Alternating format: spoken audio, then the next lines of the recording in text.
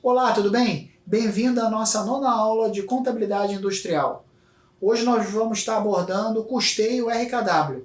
Pois é, vamos entender o que é esse custeio, quais são as vantagens e desvantagens dele e principalmente a aplicabilidade. Aplicabilidade a gente vai entender, já estou te antecipando, que é uma proposta gerencial. Mas vem comigo para entender melhor isso.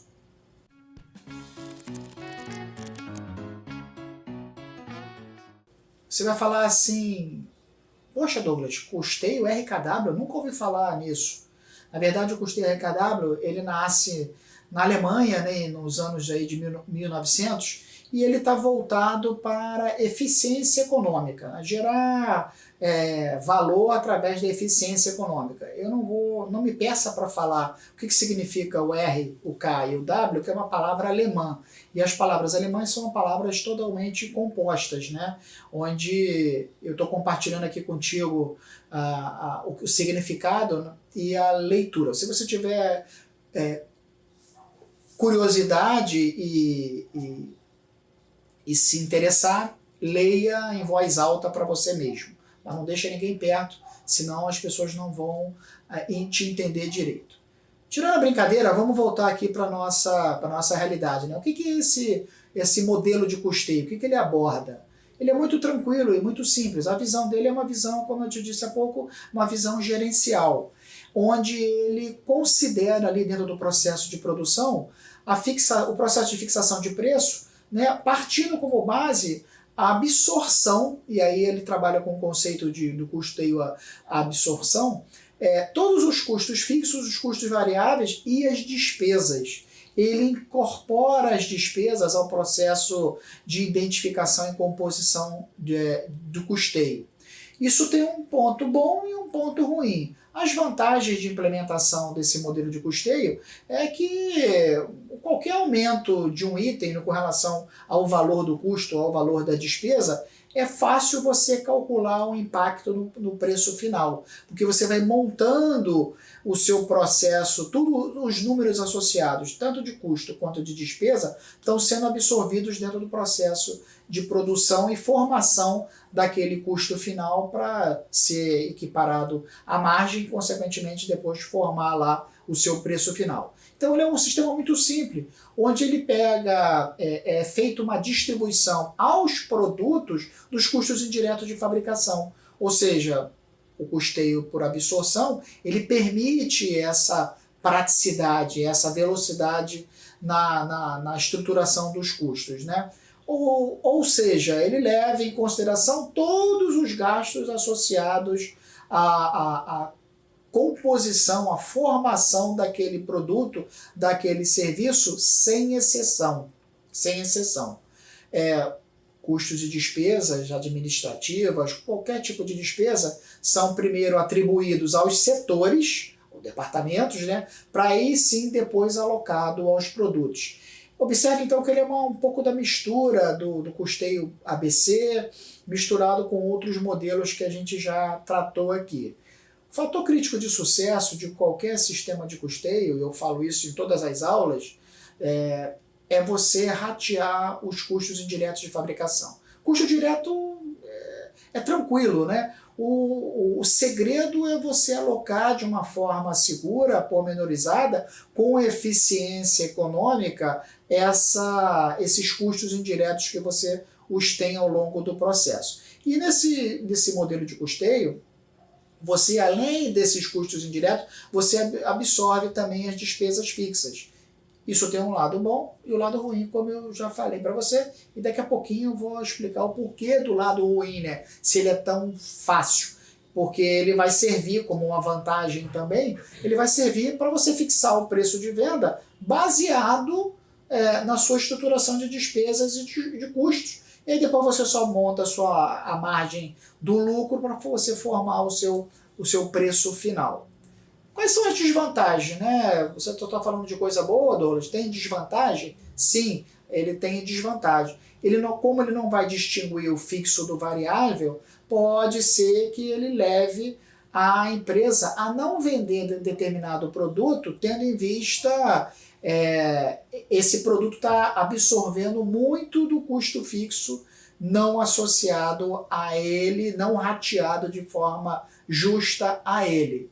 Então, isso é um fator negativo. Um outro elemento que eu estou compartilhando aqui contigo, ele é aplicado aos custos, o aplicado ao custo dos produtos, um índice percentual, onde esse índice faz a provisão de todos os outros custos associados.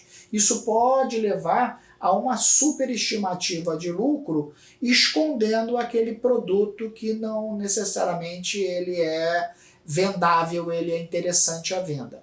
Ou seja, você mistura aqui o bom produto com o mau produto. E aí, quando você mistura os dois, você vai ter uma média. Gerencialmente, para o negócio, isso é interessante. Mas, na prática, se você puder eliminar aquele produto que não te dá um giro suficiente, uma rentabilidade suficiente, e focar naquele produto mais rentável, naturalmente você vai ter um resultado final, um valor agregado final muito melhor, né?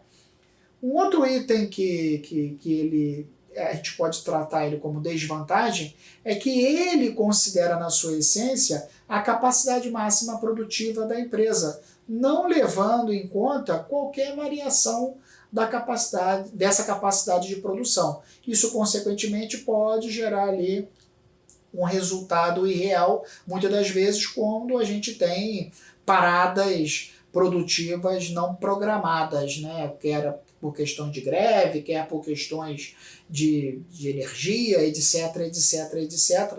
E isso pode, a falta de capacitação da própria mão de obra, isso pode gerar uma inconsistência do processo de produção. Legal? Vamos ao que interessa, né? Vamos entender como é que a gente monta esse cara. Vamos aqui estruturar o passo a passo para a gente estar identificando, absorvendo e alocando primeiro aos departamentos, depois aos produtos que a minha empresa produz, se essa empresa produz mais de um produto. Estou compartilhando aqui contigo, guarda essa informação, esse passo a passo que é interessante. Primeiro, você separar, né, os custos em itens, né, identificando aí o que por departamento. Depois você separa, né, faz uma divisão da empresa em centros de custo. Então, uma vez identificados os custos, você faz a alocação desses custos aos centros de custos produtivos.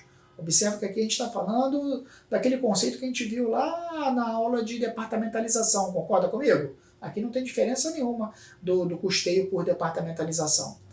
No terceiro elemento, você identifica os custos aos centros de custos de distribuição primária. Ou seja, você pega a sua lista de custo e faz um casamento do item 1 com o item 2, um depara, alocando aqui cada rubrica ao centro de custo no qual ele está vinculado. No item 4, que eu estou compartilhando aqui, você redistribui esses centros de custos aos indiretos, né?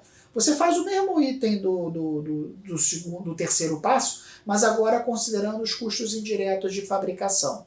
E por último, né, você faz a distribuição desses centros de custos aos produtos numa forma de distribuição final.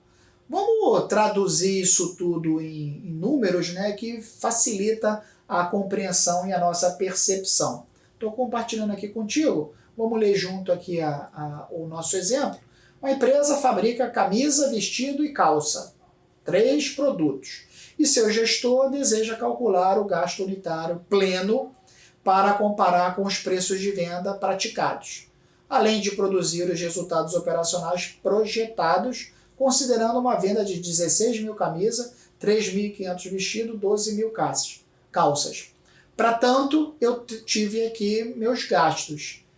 Ora, o objeto desse modelo de custeio é justamente eu ratear os custos indiretos e os gastos fixos, né? Foi o que eu falei para você. Então, nessa tabelinha aqui, eu estou elencando aqui todos os custos indiretos, todas as despesas fixas e, consequentemente, o volume de vendas aqui, na última linha, o volume, as receitas associadas a cada elemento, porque se eu estou pedindo para fazer a identificação do resultado projetado, calcular o gasto unitário pleno, legal, além de produzir os resultados operacionais. Para produzir resultado operacional, eu tenho que considerar tanto os custos quanto a receita. A receita aqui não é um objeto da nossa aula, então já estou colocando aqui para você no finalzinho da tabela 1, né, o volume de receita gerado. Vamos ler então o que tem na tabela 2 e o que tem na tabela 3. É justamente a distribuição de cada item, de cada elemento, definindo ali uma taxa de rateio, um critério de rateio associado. Se eu tenho aqui, para facilitar o nosso entendimento, né, eu estou botando aqui a quantidade de entregas. Observe que aqui eu estou trazendo um pouco do conceito lá do custeio ABC, onde eu estabeleço o direcionador. Lembra? Aqui o meu direcionador é a quantidade de entregas. Então estou falando ali que uma quantidade X, Y e Z de entrega de produto, onde eu faço a equiparação, o confronto, o percentual desse total de taxa de entrega com o meu valor a ser rateado. De onde você tirou esses 93 mil? É do total das despesas. Então eu pego esse total, divido pela quantidade de entrega, eu vou identificar uma taxa de rateio. Essa taxa eu saio multiplicando pela quantidade de entregas para eu ter o valor das despesas fixas a ser rateado dentro de cada produto. Aqui eu não estou fazendo por departamento, estou fazendo por produto para facilitar. E o custo fixo? O custo fixo é a mesma coisa. O custo fixo é exatamente a mesma coisa. Eu estou estabelecendo aqui um direcionador de metragem quadrada de área produzida, de quantidade produzida comparado com a metragem quadrada. Eu estou dizendo aqui então que a minha quantidade, eu produzi aqui 190 mil de custos fixos. O 190 aqui é justamente o meu total a ser produzido, né? O somatório das despesas fixas a serem consideradas, dividido aí pelo meu critério de rateio, que é o 100 mil. Ora, quando eu multiplico, aqui na tabela 3, né, eu estou tratando aqui na tabela 3, quando eu multiplico então, quando eu faço a divisão desses 190 pelos 100, que é o total identificado pelo metro quadrado de cada item produzido, eu vou ter a minha taxa de rateio para o custo fixo. Aí é fácil, é só sair multiplicando a taxa de rateio, né, o 1.90, desculpa, por cada metragem. Eu vou ter o total a ser considerado. Na tabela 4, aí agora eu tenho aqui, né, acompanhando por produto, na primeira coluna. Na segunda coluna, o total das despesas produzidas pela quantidade produzida de cada produto, os custos fixos produzidos pela quantidade produzida, e aqui esses valores unitários de variáveis eu já estou te dando. Eu já estou considerando aqui tanto os custos variáveis quanto as despesas variáveis, né? A despesa 5% da variável, eu botei aqui destacado em azul, porque isso não foi dado do exercício. Para não complicar mais ainda, o meu foco aqui é pegar os custos fixos, é pegar os indiretos. Então, o somatório dos fixos, mais o indireto, mais os variáveis, mais as despesas variáveis, eu vou ter aqui o meu gasto unitário total a ser considerado. Então, poxa, para você não ficar com dúvida de onde você tirou aqui os custos variáveis e despesas variáveis, já estou te dando essa informação. Você só incorpora os demais para formar o seu custo total. Uma vez formado o custo total, eu tenho a capacidade de responder o meu resultado operacional final. O exercício ele pedia para você identificar o custo total, está informado na tabela 4, e na tabela 5 o resultado operacional. A primeira linha do resultado operacional eu dei também para você, é o objeto lá da tabela 1, né? Você lembra? Então, a primeira linha aqui do resultado, os 432.500, somando todos os produtos, é o total. E os gastos de produção? Os gastos de produção é o meu gasto total, o 9,80, o 22,45 e o 14,35, multiplicado pela quantidade produzida. Eu não produzi 14 mil, então eu pego 9.800 e multiplico com 14 mil. Pego 22,45 e multiplico com 3.500 e assim sucessivamente. Eu vou ter ali os meus gastos totais. Um menos o outro é o meu resultado operacional final. Fator crítico de sucesso, então, desse modelo, né, do RKW, nada mais é do que eu estar incorporando de uma forma igualitária todos os meus custos fixos junto com os meus custos indiretos de fabricação, junto com as despesas associadas, absorvendo isso tudo e rateando, assim como o departamento ao centro de custo do departamento, e depois alocando esse rateio a cada produto, estabelecendo um direcionador, assim como o custeio ABC. Então ele é meio que um somatório dos dois com uma visão gerencial. Ele é muito aplicado aqui no nosso país? Não, ele não é muito aplicado, já te antecipo isso, que ele não é muito praticado aqui, em função da oscilação das despesas e dos custos associados aos insumos do processo de produção. Em países cuja a economia é mais estável, ele dá uma eficiência econômica mais abrangente, conforme a proposta dele. Legal? Então a gente viu nesse nosso bate-papo o que é esse custeio, né, o RKW, as suas vantagens, as suas desvantagens e a aplicabilidade através do exercício de entendimento. Eu espero que eu tenha contribuído. Um forte abraço para você. Não deixe de ver a nossa próxima aula, dá um like no canal. Tudo de bom, hein? Tchau!